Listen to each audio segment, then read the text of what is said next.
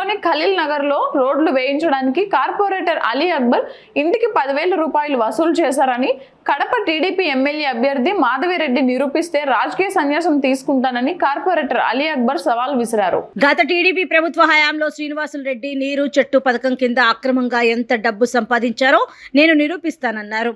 నా డివిజన్ పరిధిలో నాడు నేడు పథకం కింద స్కూల్, రోడ్లు, డ్రైనేజీ పనులను చేశానన్నారు. అభివృద్ధి కోసమే పాటుపడ్డానని ఎక్కడా కానీ ఒక్క రూపాయి కూడా ఆశించలేదన్నారు. కడప టీడీపీ ఎమ్మెల్యే అభ్యర్థి మాధవిరెడ్డి మా డివిజన్ పరిధిలోకి వచ్చి ప్రజల క్షేత్రంలో నిరూపిస్తే నేను రాజకీయ సన్యాసం తీసుకుంటానని, నిరూపించకపోతే శ్రీనివాసులు రెడ్డి, మాధవిరెడ్డి రాజకీయ సన్యాసం తీసుకుంటారా అని ఆయన సూటిగా ప్రశ్నించారు. ఖలీల్ నగర్లో రోడ్లు వేసేదానికి ఇంటికి 10,000 రూపాయలు తీసుకొని రోడ్డు వేశారని ఒక ఆరోపణ చేయడం జరిగింది. టీడీపీ అభ్యర్థి మాధవిరెడ్డి గారు, ఆ మేడంని నేను ముక్కుసూటిగా ఒకటే అడుగుతున్నాను.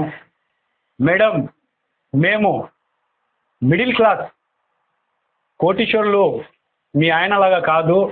నేను కనుక ఒకవేళ మీరు చెప్పినట్టు 10,000 రూపాయలు తీసుకొని ఇంటింటికి రోడ్డు వేసినట్టు మీరు రుజువు చేస్తే ఒక పని చేయండి, లేదంటే నేనే ఖలీల్ నగర్తో మీ పాటు వస్తాను, మీరు కూడా రాండి.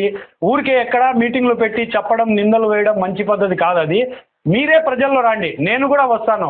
ఏ ఇంట్లో అయినా కానీ 10,000 కాదు, 1 రూపాయి అయినా కానీ నేను తీసుకున్నా అని నిరూపిస్తే అక్కడే నీరు చెట్టు పథకం కింద ఎన్ని కోట్ల రూపాయలు మీ ఆయన వాసిరెడ్డి గారు ఆక్రమించారో అందరికి, కడప ప్రజలందరికీ తెలుసు.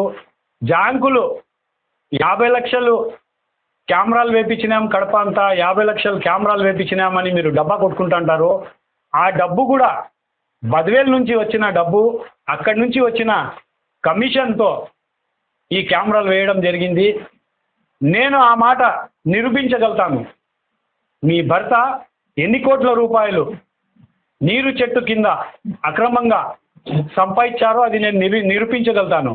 మీరు కనుక ఖలీల్ నగర్లో ఏ ఇంటి దగ్గరైనా కానీ 10,000 అంటున్నారు. మీరు 1 రూపాయి కూడా మేము తీసుకున్నట్టు మీరు రుజువు చేస్తే ఒక పని చేయండి, లేదంటే నేనే ఖలీల్ నగర్తో మీ పాటు వస్తాను, మీరు కూడా రాండి. ఊరికే ఎక్కడ మీటింగ్లు పెట్టి చెప్పడం, నిందలు వేయడం మంచి పద్ధతి కాదు. అది మీరే ప్రజల్లో రాండి, నేను కూడా వస్తాను. ఏ ఇంట్లో అయినా కానీ 10,000 కాదు, 1 రూపాయి అయినా కానీ నేను తీసుకున్నా అని నిరూపిస్తే అక్కడే రాజకీయ సన్యాసం తీసుకుంటాను. ఒకవేళ మీరు నిరూపించకపోతే మీరు వెంటనే అప్పుడే రాజకీయ సన్యాసం తీసుకొని ఎక్కడి నుంచి హైదరాబాద్ నుంచి వచ్చినారో మీరు, మీ భర్త శ్రీనివాసులు రెడ్డి గారు వెళ్ళిపోతారా అని మీకు సవాల్ విసురుతున్నాను.